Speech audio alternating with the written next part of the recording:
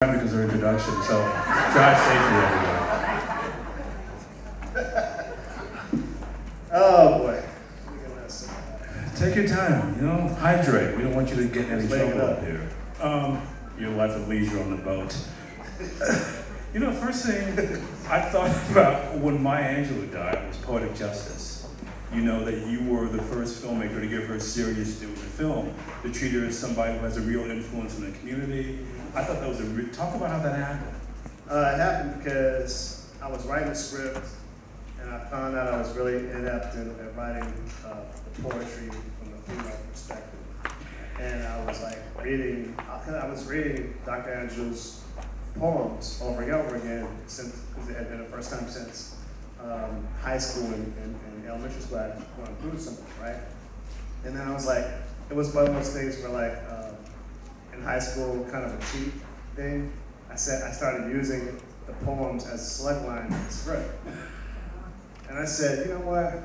Well, I can't just use this stuff without asking a commitment. So I called her up, and then, she said, I'll be in Los Angeles at this time, and, we'll sit and talk. And I explained to her what I wanted to do and everything and stuff. And she said, okay. And I said, well, would you like to be in the movie? And she said, yeah. And it's, me and Dr. Angelou, we had a great relationship because it was more like a grandson and grandmother kind of thing where she would sit and talk and, have something, whatever, and I would just sit and listen. There's very much I could say.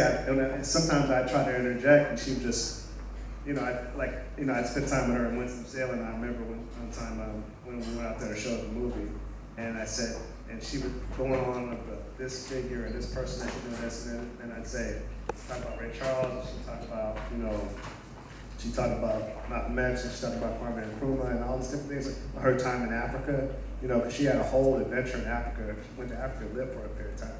And I said, Maya, can you tell me a little bit, about, Jimmy Baldwin and some of this? She's like, she just dissed me.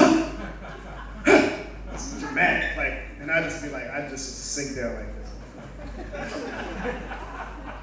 But she was so enigmatic, just one of those people that I guess the thing I got most from her was to just really, really go and be responsible with the stories that I'm telling. Because, honestly speaking, when we showed her Poetic Justice, we went out there and showed it to her, she liked the movie, but she was hurt by the cursing. And she didn't understand that, okay, these people can't totally articulate with each other because they're young and they're irascible, but your stuff is the light of this thing, you know what I mean? I'm making a comment about, where the young people are. And just that's why I had her do the improv that way, right? But which is really funny because I felt like Locust was okay, I wrote that script in a week. I mean, Poetic Justice is a good movie, but I wrote it in a week. It wasn't what I really wanted to be. But years later, she comes up to me.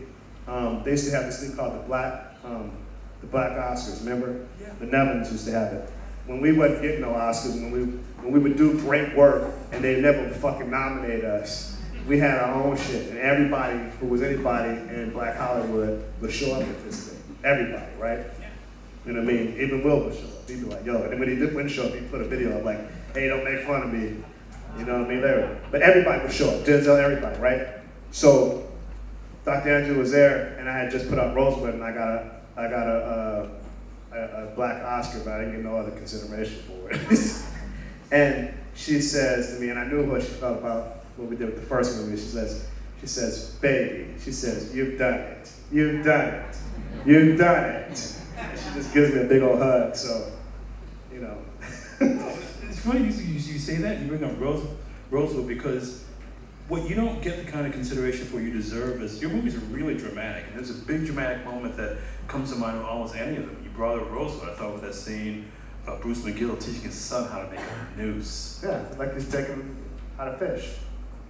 You know what I mean? Yeah, talk about that scene, because what it is really just about the banality of evil, just how racism, this thing is passed on from generation to generation. It's almost like one of those things where, I was telling you off stage, racism precludes common sense. When people have a certain thing in mind of how to subjugate other people for being different in a certain way, then it just takes all the common sense out of their minds. You know, and that was the whole thing with that picture, was to really like show like, okay, everyone around knows that this woman was having an affair with someone else, but this is because there's an economic kind of disparity between the Jim Crow era and the segregation that's going on with the people that are living under the company's rule, and the black people who are basically living off the land and having to do for themselves. You know, that was their excuse to basically. And thriving. Yeah, thriving. So it was more like, you know, I'm going to be more profound. I'm going to make the you know, as I said, the crackers in that movie, just these fire-breathing racists. They're like, they have a mythology about why they feel like that. Just like one of the characters says, Paulie says, you know, Mr. Cumber in his big house, he got a piano. I ain't got a piano, you know. That nigga Sylvester got a piano. He's like, you don't know how to play one. And that ain't the point. Why he got one? I mean, it's just, and I think that one thing, you know, that movie, I'm really proud of that movie. That's one thing that really messes some people up even more about that picture that I've seen it, because, you know, it really is more, it's the profundity of it. It's not the broad strokes of what that is, you know? I mean, it's funny because it's a movie that, we keep in mind, I mean, even given the power, it was made at a studio. Yeah, the studio dumped it though. Yeah. They dumped that Oh, shit. they were afraid of it, weren't they? They were afraid of it. They dumped it. You know what I mean? Like, they, like, you know, and at the time, I mean, they wouldn't even let me take that movie. I mean, I was like, I gotta take the movie, you know, 2 months before. Let me show this movie at the Baptist Convention. No. Because it was like that time where there was so much money, whatever, they say $30 million, you know, me and John Peters go do whatever. And then when they start seeing it, and they were like, the fuck is this? You know, the black dude shooting back, and, you know what I mean, like this. You know, I did the movie because I knew at one point the brother would be able to shoot back. You know what I mean? I didn't do a bunch of movies where, you know, people are getting their ass kicked, you know, by a bunch of crackers. I was like, you know, in my back of my mind, I'm like, this is before Django. You know what I mean? Like, he gonna shoot back. Wasn't able to do it like Quentin did, you know, but. But you did it pretty well, because I always thought of it in a weird way, before Four Brothers, I thought of Rosewood as being your first Western. Yeah. You know, but Boys in the Hood has Western elements. So every movie I've done has Western elements, because, you know, I mean, how many people are here from Los Angeles? All right, but most of you are too young to remember, like, they used to show this thing on Channel 5 and Channel 9 called Movies Till Dawn. And they used to show old TV shows like The Big Valley, The Virginian, The Rifleman. You know, he's smiling, he's picking up, like, the John Ford pictures, you know what I mean? Like, and, you know, I used to watch those things all night. So a lot of what I do as a filmmaker comes from those films. Like, you know, instead of like making like this, you know, figure like John Wayne or Joe McCrae or somebody that's the pivotal thing, I do it with, like, you know, black men and black women, or I do it with like different characters or different, whatever. Like, you know, it's a different kind of iconography. That's how I learned how to take a character and make them larger than life. As you say that, you know, I think of Cube and Boys in the Hood as being like the Western figure. He was a mixture of a Western figure, but also, you know, I was, at the time, you go back to my own interviews, I talked about Cube as being my Toshiro Mifune. You know what I mean? Because there's a lot of stuff that he does in that picture that, you know, is nonverbal, that, you know, whatever. I mean, like, I think he was robbed of an Oscar nomination that year, because you can still look at that performance that he did as Doughboy and be like, whoa, you know what I mean? He got Roger Ebert, God bless his soul, helped him get nominated for he got an award for Chicago Film Critics that year. But at that time, no matter how good our shit was, they'd be like, yeah, whatever. Unless you did it in the context of what they wanted you to do. You know what I mean? No, absolutely. Because I mean, I always thought what was so brave about that was the idea of putting Ice Cube in a movie and not having him talk. Yeah. That's the first thing you expected to hear him do. But it's all looks. I mean, you know, he knows how to use his face. Yeah, we talk all the time about doing something else, but I've always wanted to do something dramatic with it. Like, he does comedies and stuff. And it's surprising. Everybody now, it's funny because you guys all, you know, Ice Cube as a comedian, but, you know, when he was rapping and he did voice and everything, and everybody we hung out with, we know Cube's funny. We know Cube's funny. So now the world knows Cube's funny. But I want to do something dramatic with him. You know what I mean? So you guys talking about doing something now? Something come up? Yeah, we always talk. We're just trying to figure out what it is, whether or not we're going to write it together or something. You know? Did you think about him at one point for Four Brothers? Because I sort of He did. But he was doing another movie at the time. It was like, because he did the movie with Three Kings of Mark. Yeah, so he was actually going to be in Four Brothers. Q was going to be in Four Brothers. Wow, that's funny. I didn't know you knew that. No, I did, but it always made sense to me. I thought of him as being, to being the Mark Wahlberg figure in that movie, that he would have been in that. Yeah, he was, but it was like the schedule, we couldn't figure it out at the time, Because, I mean, that would have been a chance to make him really a Western hero, because I don't know if you guys know, it's a kind of remake of The Sons of Katie Elder. Yeah, in a way, that was what it was influenced by. We're trying to make a sequel right now, Five Brothers. Okay, we lost one, but we got two others. I wasn't in math in school, so explain this to me. How are you going to get five brothers when only three in the last? Because we would show Garrett Helen, the other brother, in past and video and stuff, and then we have a new brother. Okay. All right. There's no brother that comes. We'll just see the sequel so we can see. But do you want to? I mean, because you've never done a sequel before. No, to one of your I haven't. movies. I mean, but like everybody in this business that's successful, I should have the right to double up and do the same thing and be successful. You know what I mean? I'm fist bumping you. John Singleton, ladies and gentlemen. So I was fist bumping you. But I'm just saying, like, it's one of those things that, like, yo, man. And let me bring that up for a second. The thing is, in 100 years of cinema, they've always doubled up on doing the same thing. So many different westerns, so many different genres and everything, right? But it's just to the point now where remember those old videos, like, I don't know if you remember I Love Lucy. This episode of I Love Lucy where she's like on a chocolate factory, right? And she's just like, the chocolates are going, and also the old cartoons where they stomp down everything like this. And Lucy would eat the chocolates and stuff. Movies are like that now. Just the factory, the factory. They perfected the art of making the same shit, and sometimes they don't make it better. You know what I mean? And it's like, the only thing pictures that are different are the independent pictures that somehow seep out and find their way or whatever. You know what I mean? Like, to show something different. You know what I mean? It's like that. I wasn't inspired by like the same old movies when I was a kid, or even as a teenager, or even in my 20s. It's different. You know what I mean? You can't say even something that's a 10-pole picture when I was a young adult, like a T2. That wasn't the same shit.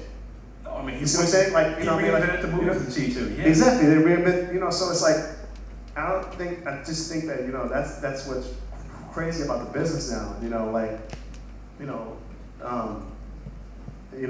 Everything's the same. Even the so-called black movies, everything's the same.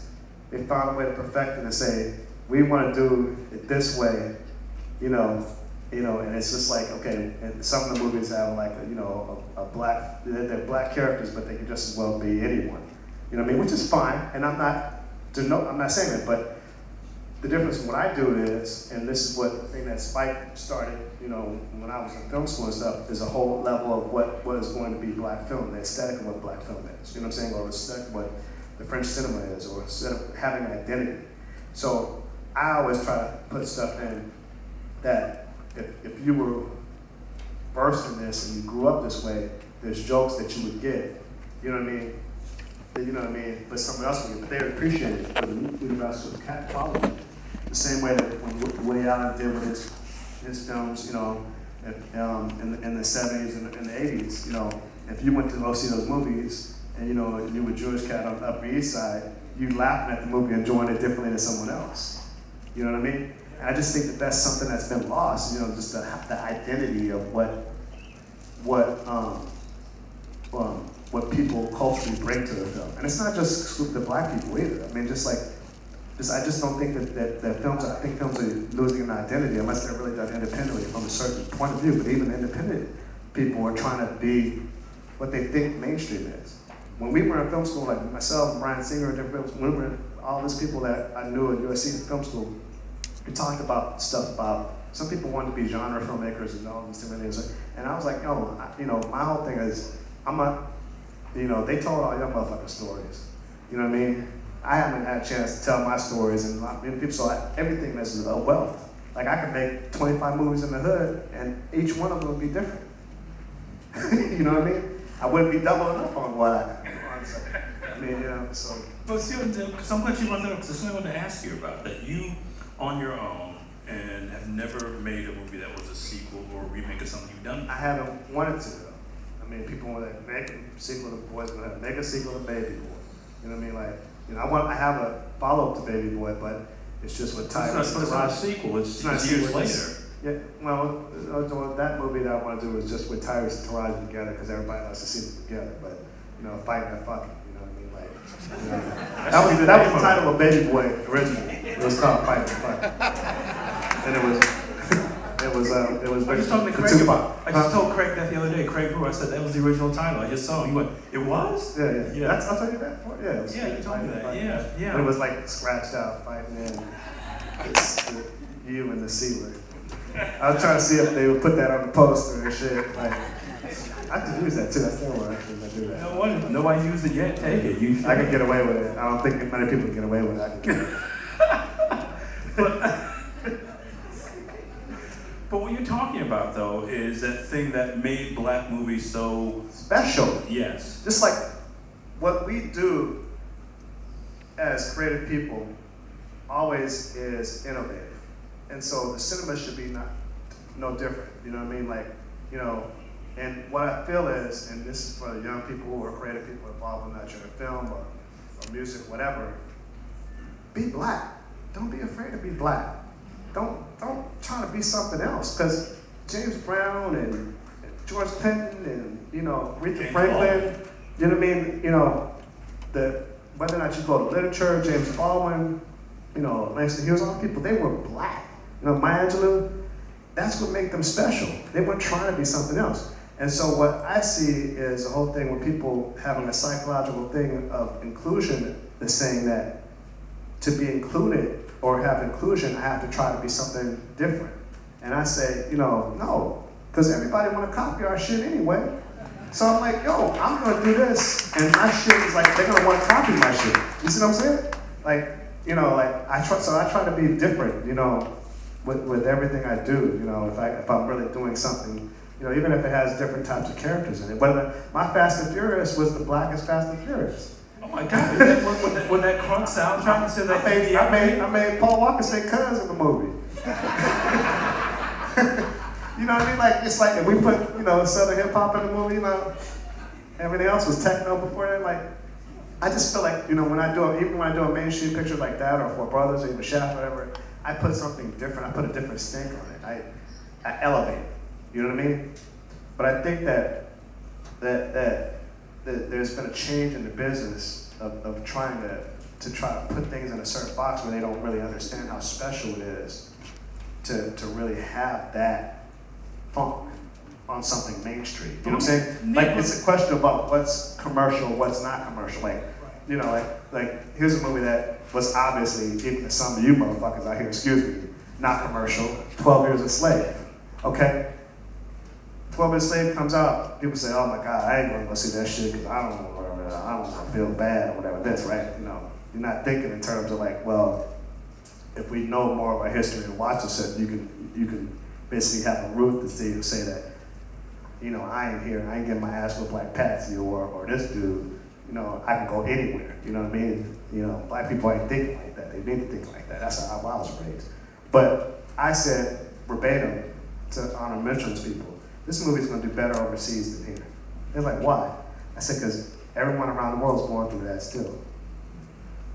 And that movie's made $200 million worldwide. So what the fuck is commercial? You know what I'm saying? You don't know. The thing is, they don't know what commercial is. They don't, but they try to say, oh, this is a hard sell.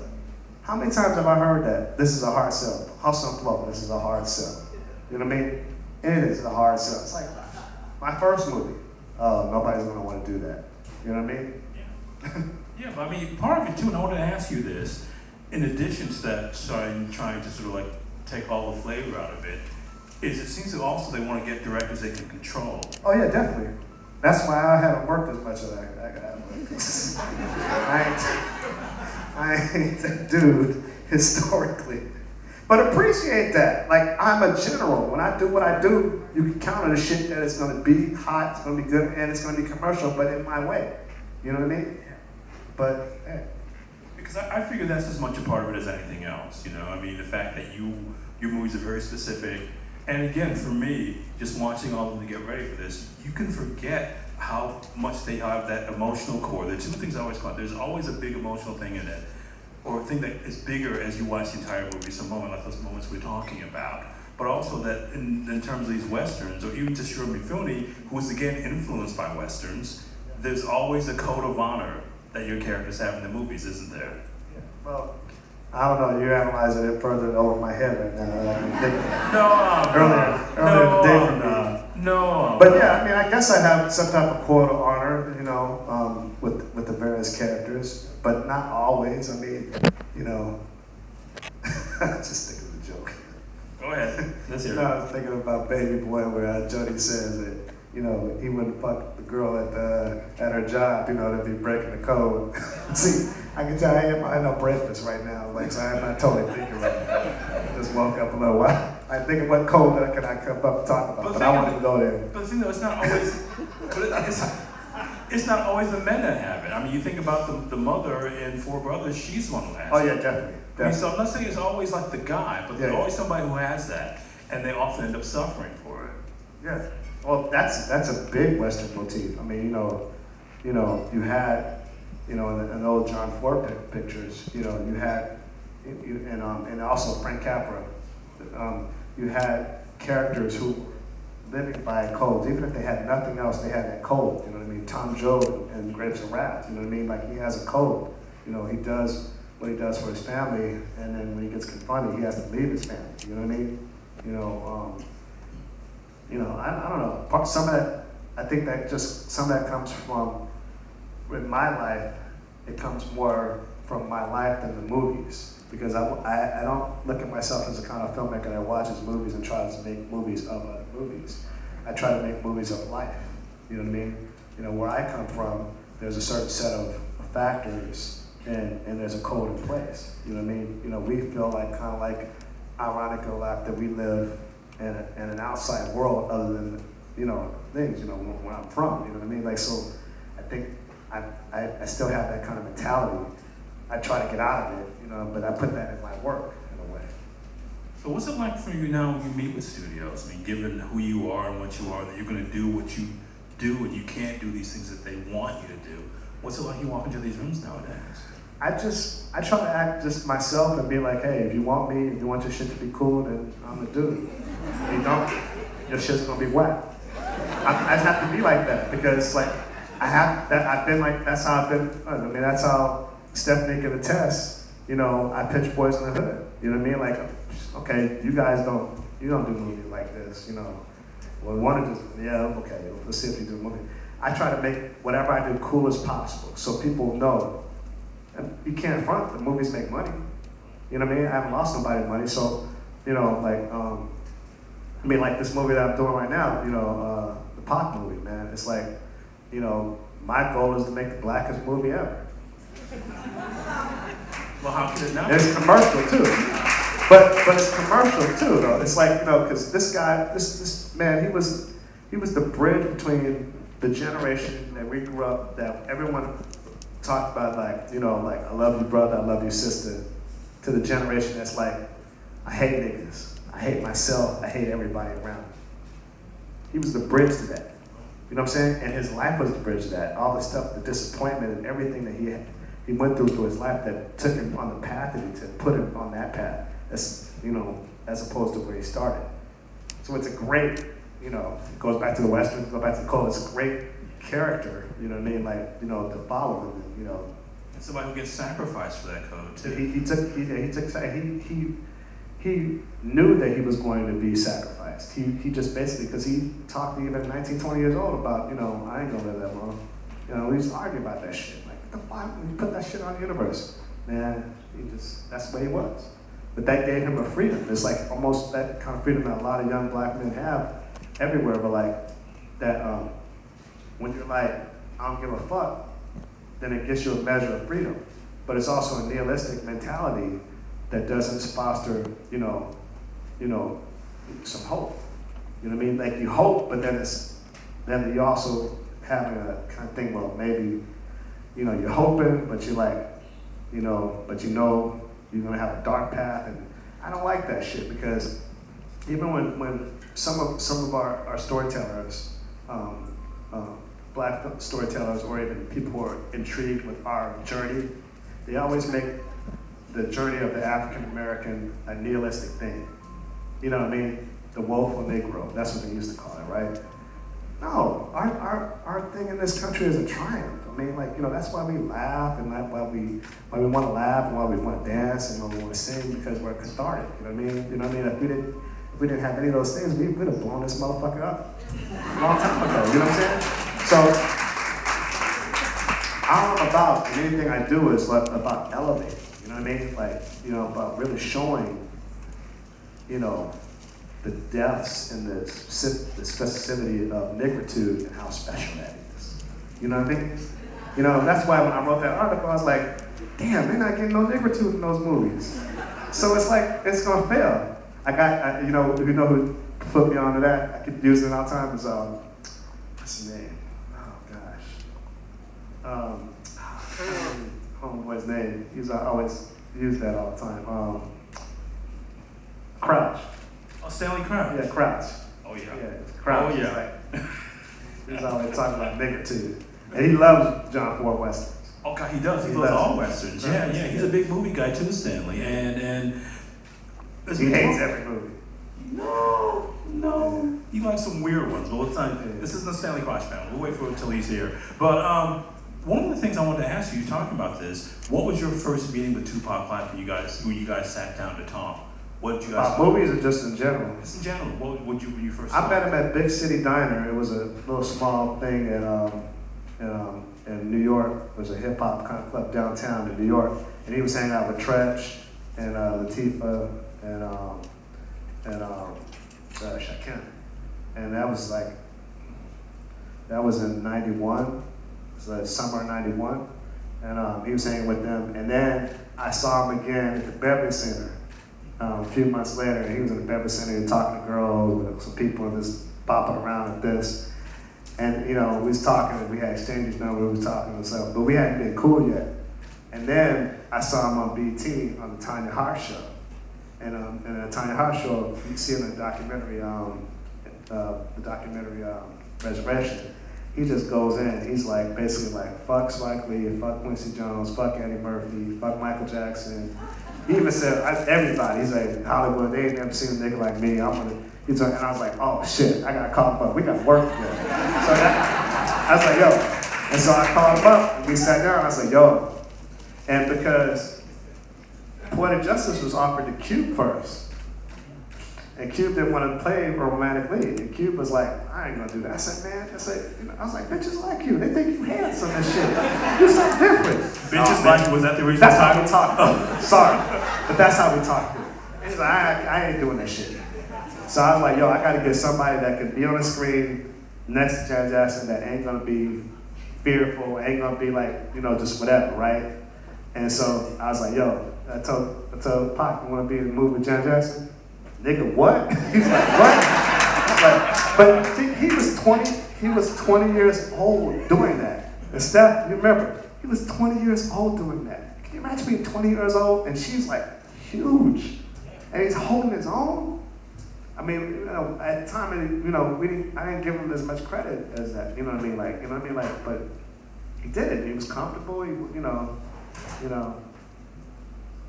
But you like to, I mean, it's funny too, because we're talking about this. There's often a time in your movies where your hero doesn't talk. I mean, you talk about Cube and that, but the idea of the silent guy, yeah. It's not me intellectualizing it. It's because it was the first thing I ever shot that I could have synchronous sound in it. Coming out of USC, I didn't do a student film. I did the class where we shot on Super 8, and you can't have synchronous sound, so you have to do nonverbal communication. So we would shoot these stories as writers. You'd shoot still pictures and have a series of pictures tell thematically what the characters were. And then also, you would also shoot stuff on Super 8, and you because you had synchronous sound, you had to basically, basically you're working in silent film. You know what I mean? So I think that some of the most profound, I still watch silent films. Before I do a movie, I watch silent films a lot. It's something as I'm watching like Murnau films right now for Pac and everything, and I'm like, I think that the best moments I've had in my movies are been nonverbal because of that. Like, there's a moment that I love. One of the best things I've ever done, I think, is a moment in Baby Boy where after Jody, shoots Rodney, he comes and he meets up with Nelly. You know what I mean? And it's a scene that's a nonverbal scene between the two of them. And thematically, so much is being told in this scene. The older man is telling the young man, I've been there, I'm gonna take care of you, and I'm gonna take care of your mother. You know what I'm saying? You know what I mean? And, they have kind of a bond there, right? And then, in the background, Pac's faces and his eyes are looking down. That comes from like The Great Gatsby, The Eyes of T.J. Echo Bird, and also Almodovar's All About My Mother. But that's Murnau too. I mean, So the face is down there, and then the next scene goes over, and he goes to, it's kind of what's known as a Pyrrhic victory, where he goes to see his woman, and he's in bed with her, and she knows what he did for them, and it's kind of more a thing that's like a dysfunctional rite of passage, because this guy was not like that at all, but he was pushed to be like this. So it's the tragedy of it that he had to go kill this dude. You know what I mean? But that relationship is so solidified over that tragedy. You know what I mean? But all of that shit is like no words and all that shit, and everybody watches over and over, and they're just watching it, and they love it. No, but I mean, but that's what I'm saying to you is I don't think you get the credit you're due for the way you use cinema. Because I'm black. Tell me more about being black, so I need to understand. I'm black and I'm young, and I'm not like, I'm so great. Fuck that, you know what I mean? I haven't done enough movies. I haven't done the best shit I've ever done, but I'm saying, because I started so young, people don't expect shit. They don't really take it seriously. Some of our people, and that's fine with me. Our people take it seriously. You okay with that? I'm like, fuck it. I'm like, whatever. You know what I mean? Like, when I die, whatever. But our people take my shit seriously because they're like, yo, I see as part of myself in this stuff. I see myself in this thing. You know what I mean? I see my family. I see my cousins. I see my mama, right? I'm not all about that other shit. Because if, like even Dr. Andrew said, if you accept you're so great, you're so great, you're so beautiful, then you also have to accept you ain't shit, you're nothing, you'll never be anything.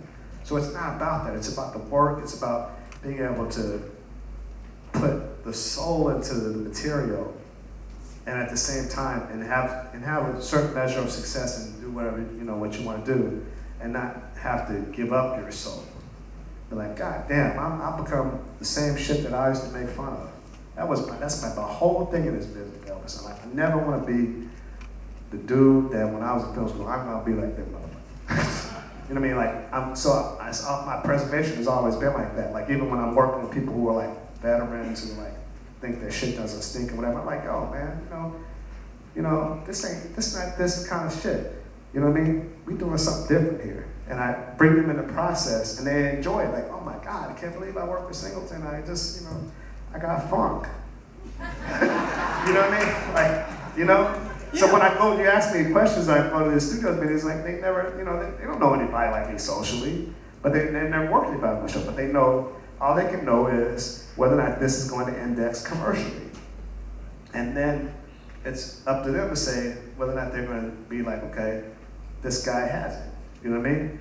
Because, that's all you got. Look, you've been making movies for over 20 years. You made some great movies. I mean, if we look at the way people are regarded with a body of work, you have one now. And we can look at these things and see themes in them. We can see the way you work. We can see the way you solve problems in an artistic way, which is what a director is supposed to do. You're at the point now where you should be getting this kind of serious consideration. And I just, watching the movies back to back to back and seeing these things, the way you use silence, these things we're talking about here, and then I just went to the library to start doing some research, and I thought, this is ridiculous. Yeah, but it is what it is, you know. I mean, people didn't realize that James Brown was who he was until, he was basically gone. You know what I mean? If we didn't have James Brown, we wouldn't have anything, really. You know what I mean? And Yeah. that's just one figure. That's not Miles Davis. That's not, that's not Charlie Parker. You know what I mean? It's not Otis Redding. There's so many different things that we've done. And all those people, they weren't thinking about what somebody else was thinking about. They just did what they was doing.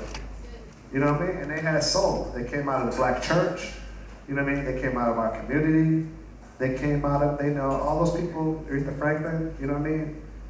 They have negritude. So, that's all I'm trying to do is preserve that no matter what I do. Actually, I should write that up and put it above my mirror and shit. As I'm going into the movie negritude. Specificity of negritude. Because this is so much shit that I got in the Poc script that I'm like, oh my God. Like, and people have read it, they're like, is this shit really gonna find? Like, they ask me, yeah. It's like, like there's a scene in it where people laugh and say, like, he's like, where he's on the phone, people might call us and stuff, and he says, I told you niggas I was gonna fuck Madonna, and he's with Madonna.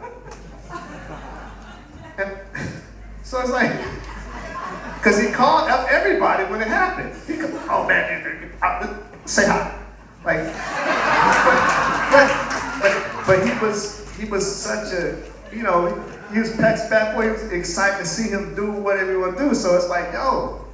But and the thing about it is, we've seen so many white dudes play the Wolf of Wall Street, Leo's character in the movie. We love to see the bad boys.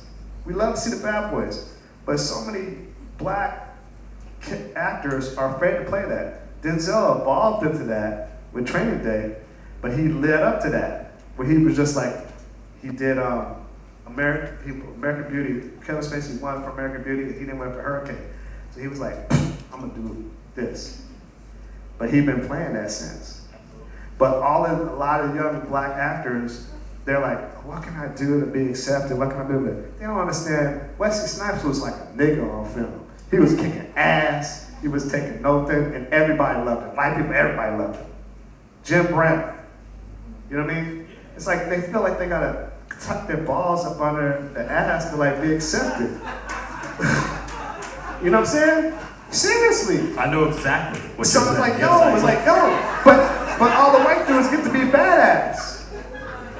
Jamie Foxx had the best role in the last couple of years because he played Django, but a whole lot of people were afraid to play that part. Well, Jamie did it, and they were like, shit. Yeah.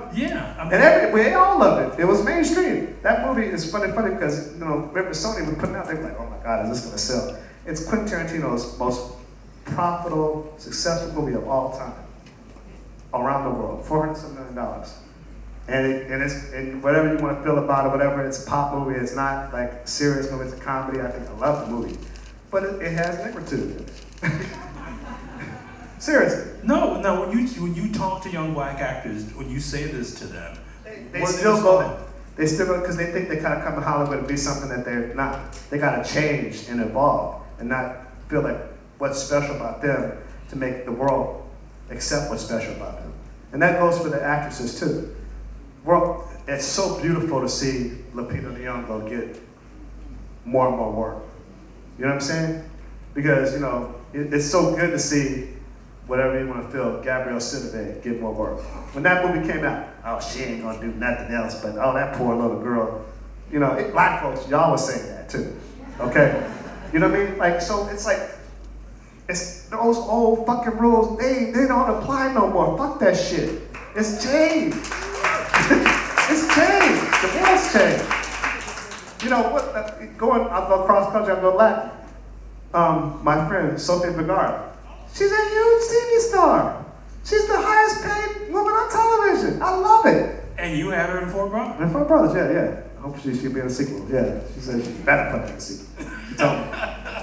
But I'm saying I love the fact that there's an audience, a huge audience that knows everything has changed, but I hate the fact there's an enclave of people who are trying to be gatekeepers that don't realize that. So you only have these smatterings of people getting through the cracks of this stuff. There hasn't been a black actor that's been established in the last 20 to 25 years, I think, maybe 30 years, that hasn't been fostered by somebody else black pushing them forward. Think about that. You can even say Will Smith, because Quincy Jones got Fresh Prince of Bel-Air going on. That's what made him go. You go down the line. Denzel did Glory and he did whatever, but when he did Malcolm X, that's when they put him with Julia Roberts and Pelican Brief. So it's like, what we have propagates. What we have is creative people propagates through time. And I don't think anybody really looks at that. They think I gotta be this and they gotta accept me. No, they have to accept who you are. You know what I mean? It's special, what's special about you, what you're bringing to the table. And that's what I'm always holding on to that. I'm like, I'm not gonna go in here and try to be something different or whatever, because some people they don't even like your presence just because you're there. Yeah, I mean, if they're not gonna like you anyway, why change? Why not just say who you are? No. I have a series that I'm doing now. But I'm very celebrated. Hopefully I get the green light. I haven't got the green light. Maybe two trucks, but I think we're gonna get it. It's called Snowfall, and it's set in 1981.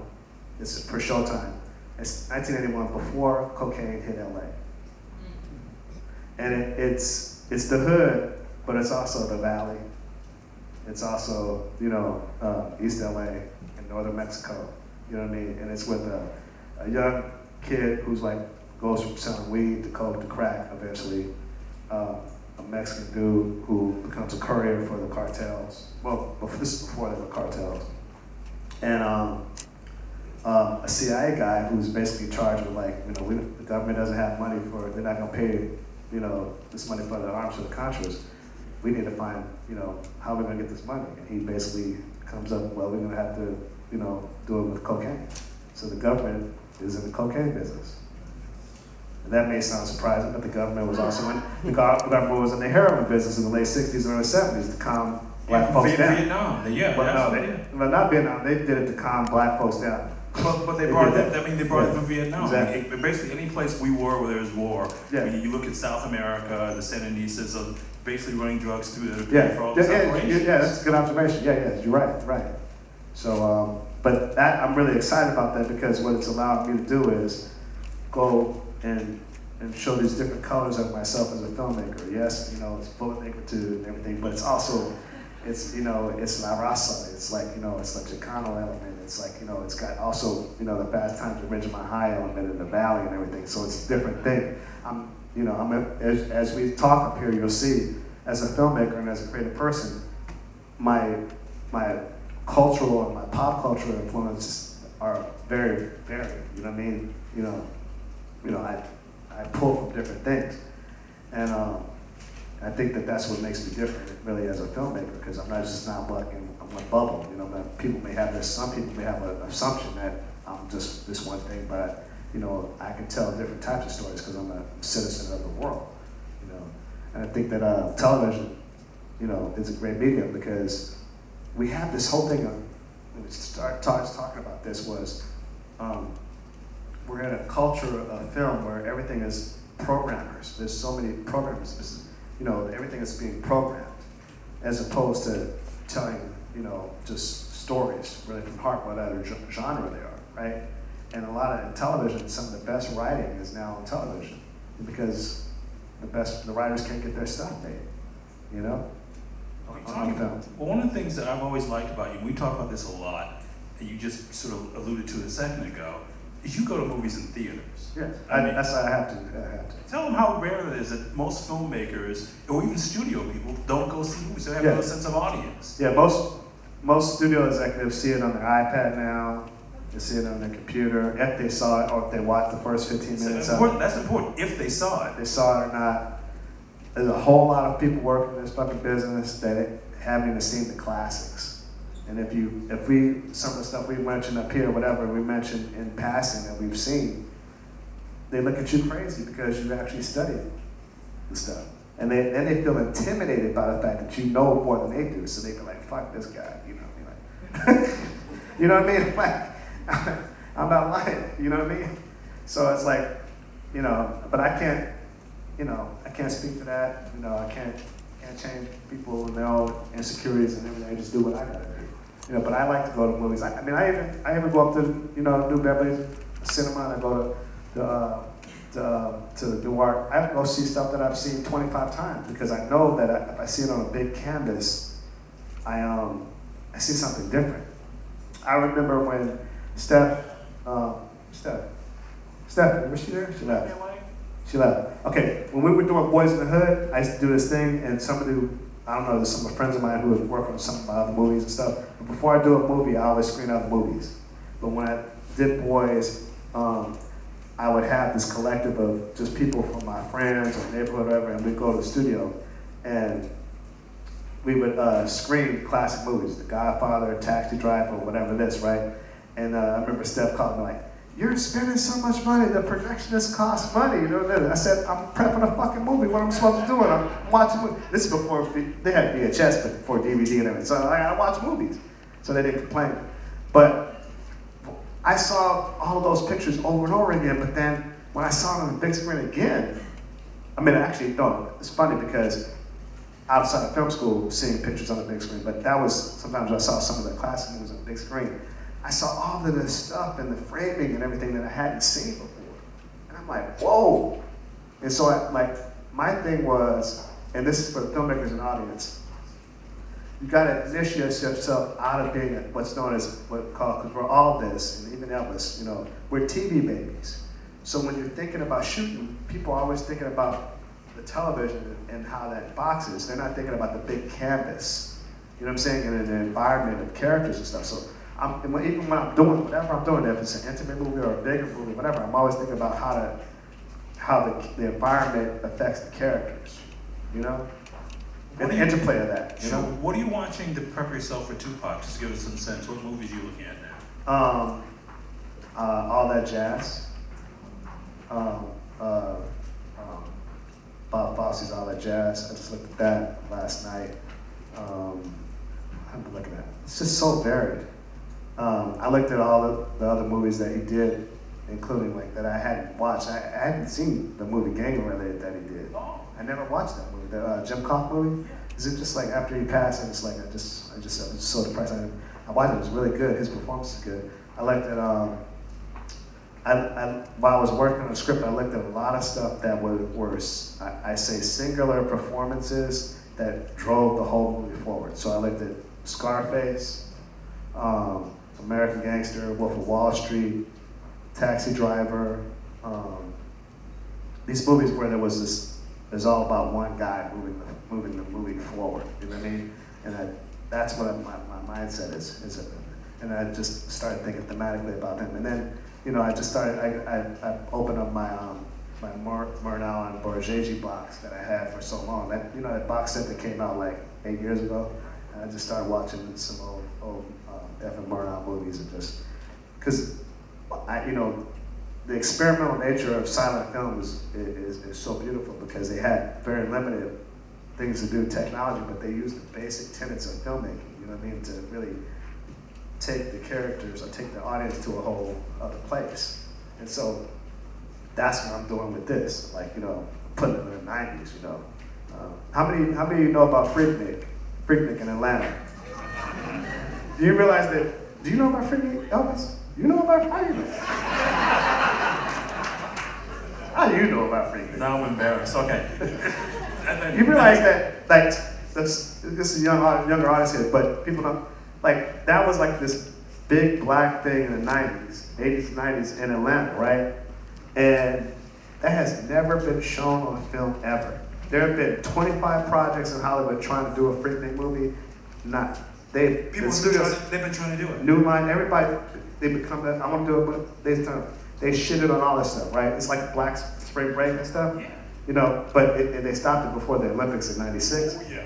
But I showed Tupac and Freaknik in my movie. There you go. You know what I mean? But I'm saying, but that's just something that's something that's just like part of what we know about that unless somebody like me put it on film, it would never be seen. You know what I mean?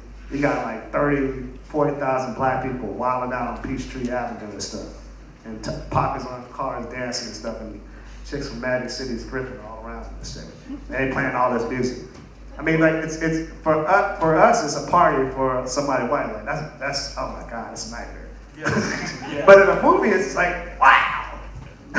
Oh, you know? Yeah, I mean, you gotta put that in. But there's so many different things that, there's so many different, but I use that as an example because I'm excited about this project specifically, but I'm excited, but just to this audience, because I know there's a lot of people involved in film, you would not come here unless you come to this festival and you're involved in film, is that just realize what's special about yourself and the stories that, you know, that haven't been told. Because everything that's specific about you, cross-culturally, whether or not you're black, whatever you are, your story has not been told. The things that you are concerned with have not been told because they're making the same old shit over and over again. So don't think that you gotta like do, oh, I gotta do this because they want. You know what I mean? Like, I'm so happy as a young person when I was at USC, like, it was like, I didn't get into that shit. You know what I mean? I owe all that really to Spike, because like when you know, like his first film came out like a month before I went to SC, and I was like, yo, this shit is changing. You know what I mean? Like, yo, anything could happen.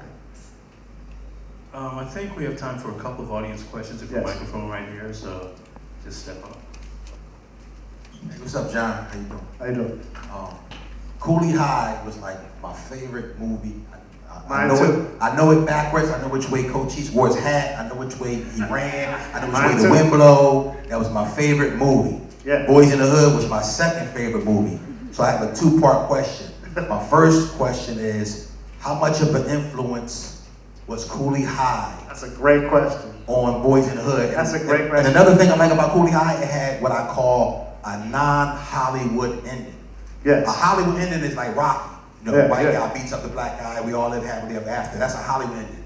Coolie High had a non-Hollywood ending. Boys in the Hood had a non-Hollywood And ending. you can see the influence of Coolie High on the ending of Boys in the Hood. Yeah, so that's the first part. Like, how much of influence was it on Boys in the Hood? And also, what's your overview on Coolie High ending in the way it did? I don't want to be a spoiler for anybody that didn't see it. One question, but I'll answer it. That's a great question. Coolie High, yes, I love Coolie High. Okay, I love Coolie High too.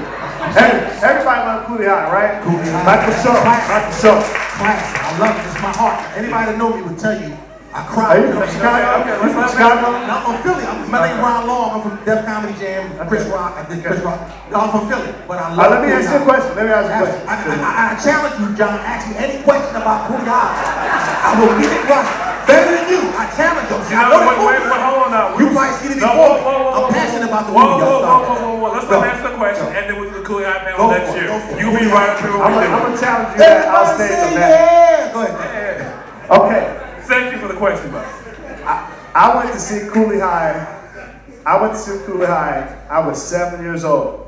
I saw it at the Baldwin Theater on the break. Okay? I went with my mother taking me to see the movie. Watching the movie, all right? When Cochise gets smashed up against that L train and stuff and he dies, I looked up to my mother and I looked up to her and I remember because she was sitting right on left of me. I said, Mama, I said, why are you crying? And she said, because it's such a good movie. That's why I'm a fucking filmmaker. Hold on. And I always tell Michael Schultz this. I've been off of Coolie High with Boys in the Hood, and I hadn't even seen the movie in years. I like killing Ricky off in the movie. I'm just writing it. And I make it, years later, I look at it, and I'm like, oh shit, I've been off of Coolie High. But I hadn't even, it's not like I watched Coolie High just before I did Boys, but it's crazy because me and Michael Schultz are really good friends. And I tell Michael, I said, man, I've been off your movie, and I didn't even know it. You know what I'm saying? But in a different generation, you see what I'm saying? So, and the other question is, what was the other question? You went on 10. I was saying, like, He answered both of them. he had the answer, but thank you very much, John. Okay. Coolie High, man. And I challenge you, I know more about Coolie High than you, motherfucker. I think you'll be here any time, so we took away from that. Yes, this is not a Coolie High question. No, it's not. So, My name is Martine King. I'm a grad student right now. All right. I've done internships with BT and OWN because I want to work on projects that really speak to the African and American community and give a voice to people like, me and you who are from communities like me and you. So I really admire you. My question is, what are the pros and cons, in your opinion, to writing versus directing? And if you had to choose one, which would it be? I don't choose one because they're the same. Which you enjoy more? They're the same for me. Because nobody's going to write the movie that I want to direct, really. Even when I do movies that you haven't seen that I haven't taken writing credit on, I've written Rosewood. I didn't get writing credit on Rosewood because I didn't challenge it. You know what I mean? Like, there's a lot of stuff I've written on the movies, so, I'll put my stink on it.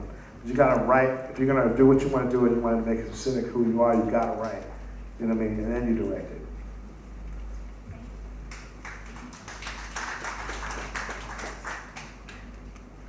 Hi, my name is Nadia Simone. I'm an actor and producer. Thank you so much for being here and being so authentic. I know you had... Some people would call that offensive, actually. No, bitches like you. There's not offensive. Sorry I said that. I was just being 90s.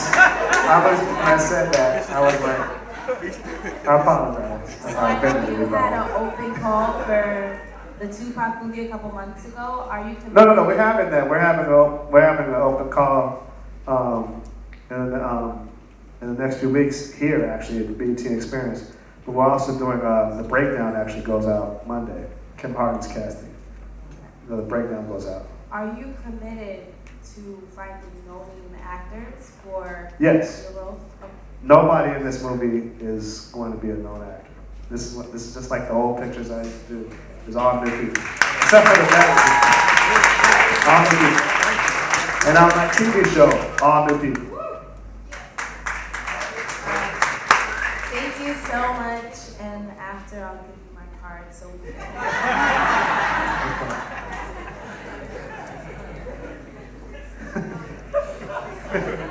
I love these questions. This is great. I'm David L. Watson. I used to go to school with John at USC back in the day. Hey, bud. What's up, Dave? Association. What's up, Dave? What's up, man? What? Tell it, Dave. Tell it. Oh, God. I gotta ask you some way back questions, okay? I can remember one time, people don't remember that the Black Filmmaker Foundation, one time Spike Lee had a book read. So we went there as Oh my God. I can remember after that book reading, you actually, this is what she's gotta have, and we both got a book signed, you almost dropped out of school. Because there was a time when you wanted to go back to New York so bad to work on Do the Right Thing, you may never have had Boys in the Hood. So my first question is... You're right. He's right. My first question is, what really stopped you from leaving school? Because you literally, I was saying like, oh, you're not going back next semester? It was like that. I'm going to Brooklyn. I'm working on Do the Right Thing. Yeah. So I got to know what's... First of all, thank you for this. These are the best questions. Oh, my God. I love it. But my thing is, you didn't go to Brooklyn. I want you to answer that part, but when was the first time you actually met Spike as a real filmmaker? When he wasn't like, you wasn't a fan, you wasn't a student. That's the question, or you want me to tell the two? Let me answer first. I didn't go work on Do the Right Thing because Monty Ross, who was Spike's right-hand dude, wasn't recepting my phone calls and my resume. Okay, and so we all joke about this now. Me, Monty, Ernest, everybody. I say, thank God you motherfuckers didn't hire me to go work on Do the Right Thing, right? Because it was the summer of '88. I was gonna drop out of fucking school. It was I could have been back to school, but they just didn't give me a job. But here, they didn't give me a job on Do the Right Thing. I had a place to stay in Brooklyn and everything. The first time I met him as a filmmaker? What do you mean? The first time you Because met him as... all through film school. I mean, I met him when I was... I think you mean as a professional filmmaker, right? Professional filmmaker, yeah. He knew who you were, Spike knew who you were, now you done Boys. Yeah, that was at the camp. Like, we really bonded. Oh, this is a great story. Thank you, Dave. She's setting up a good story. Because this helps. All you black people in this business need to know this story about me and Spike. I met him when I was about to start USC. You know that, right? So, and we was on a first name basis. I was like the kid at USC coming up, whatever, you know, it's a writing major. But when Boys was in Cannes and Jungle Fever, we were there at the same time. We just, as soon as I got off the plane in Nice and went there, me and Cube went to the hotel and this, Spike was there, me and Spike picked up, we went walking around and everything like this, and just hanging out and stuff, right?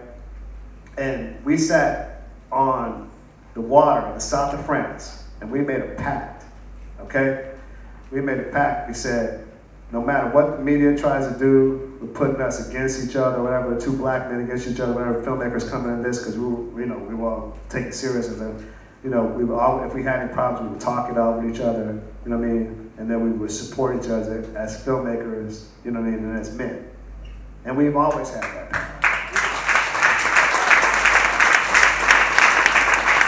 And so, like what's the trip is that a lot of people, you know, they're crabs in a barrel. They feel like if somebody has success, then other people have, you know, they hate on them, they shit on them, whatever it is.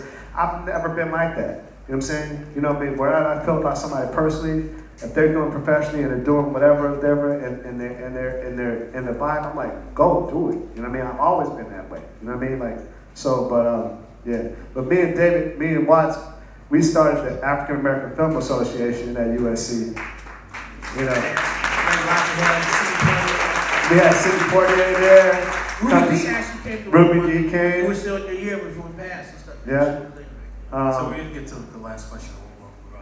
Thanks, Dave. Thank you so much for the Don't question. leave without hollering at me, man. All right. I remember when you had Jerry curl. I